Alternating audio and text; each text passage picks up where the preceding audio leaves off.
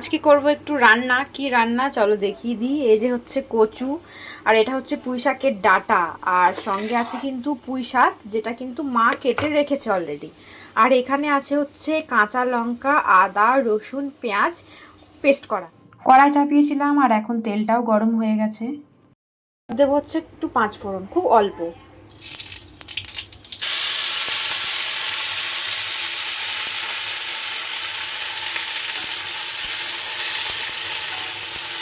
কেটে রাখা সব সবজিগুলো দিয়ে দিয়েছি, এখন এটা ভাজা ভাজা করব।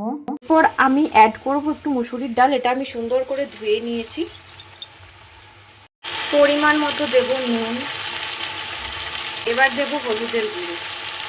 5-6 মিনিটের মতো আমি এটাকে ভাজা ভাজা করব। আরও বেশি ভাজা করলে আরও বেশি ভালো হয়, কিন্তু আমার হাতে অতটা সময় নেই, তাই আমি 5-6 মিনিট মতো ভাজা ভাজা করলাম। এদিকে বেটে রাখা মশলাটা আমি এর সঙ্গে অ্যাড করে দিলাম। এবার একসঙ্গে ভাজা ভাজা করব। আর দিলাম লঙ্কার গুঁড়ো, এরপর দেব হচ্ছে জিরের গুঁড়ো। এটা দিয়েও আমি আরও কিছুক্ষণ কিন্তু ভাজা ভাজা করব। এরপর কিন্তু আমি অ্যাড করব জল। এবারে যদি কেউ বেশি ঝোল ঝোল করে খেতে চাও তাহলে বেশি দেবে, আর যদি একটু মাখা মাখা খাও তাহলে কিন্তু জল কম দেবে। এখন সেদ্ধ হবে এই যে ডাঁটা, পুঁই শাক আর কচু। যতটা সেদ্ধ হওয়া বাকি আছে ততক্ষণ অবধি এটাকে ফুটতে দিতে হবে। এই রান্নাটা খেতে কিন্তু আমি খুব ভালোবাসি, আর এমনিতে সবজি আমার খুব ফেভারিট। মানে মাছ, মাংস, ডিমের থেকে আমি কিন্তু সবজি খেতে বেশি পছন্দ করি। তো এই যে আমার রান্না কিন্তু কমপ্লিট হয়ে গেছে।